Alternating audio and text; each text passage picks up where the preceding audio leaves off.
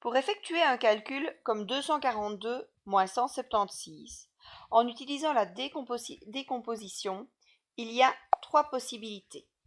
Première possibilité, je vais décomposer le deuxième terme, autrement dit ici 176. Je vais le décomposer en centaines, dizaines, unités.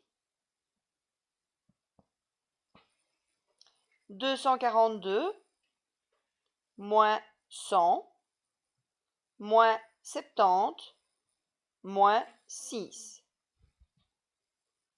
242 moins 100, 142. 142 moins 70, j'ai 14 dizaines et 7 dizaines à retirer. Il me reste donc 7 dizaines et 2 unités, 72.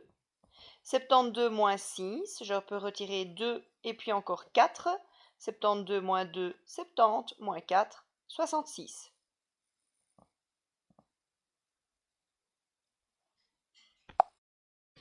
Une autre façon pour effectuer 242 moins 176 en utilisant la décomposition, et toujours en décomposant le deuxième terme, 176, consiste à casser, à séparer 176 en deux parties faciles à soustraire. Je sais facilement retirer une centaine de 2 centaines. Je ne sais pas retirer 7 dizaines de 4 dizaines. Je retire donc 4.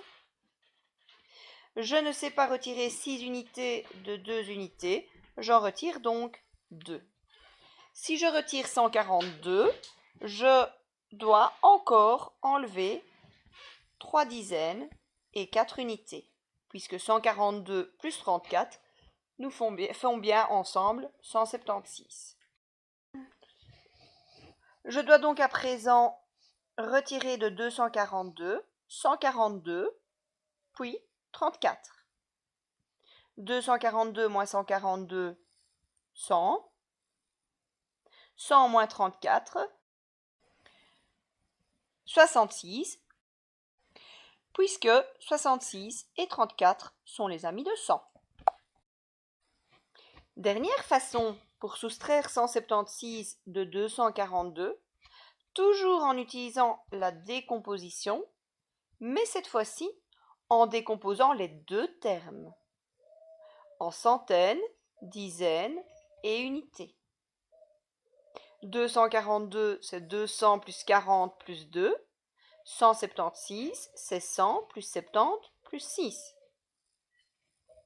Je vais donc retirer 100 de 200. Je vais aussi retirer 70 de 40. Et je vais retirer 6 de 2. Impossible, me direz-vous. Que non. 200 moins 100, 100. Aucun problème. 40 moins 70. Mon nombre de départ est inférieur à celui que je dois retirer. Je vais donc passer en dessous de 0, arriver dans les nombres négatifs. 40 moins 70 moins 30.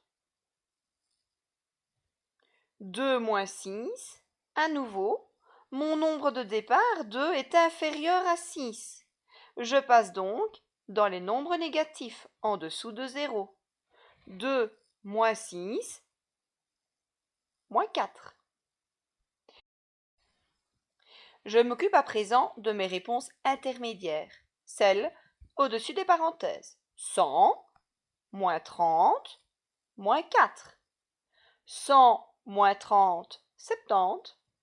70 moins 4, 66.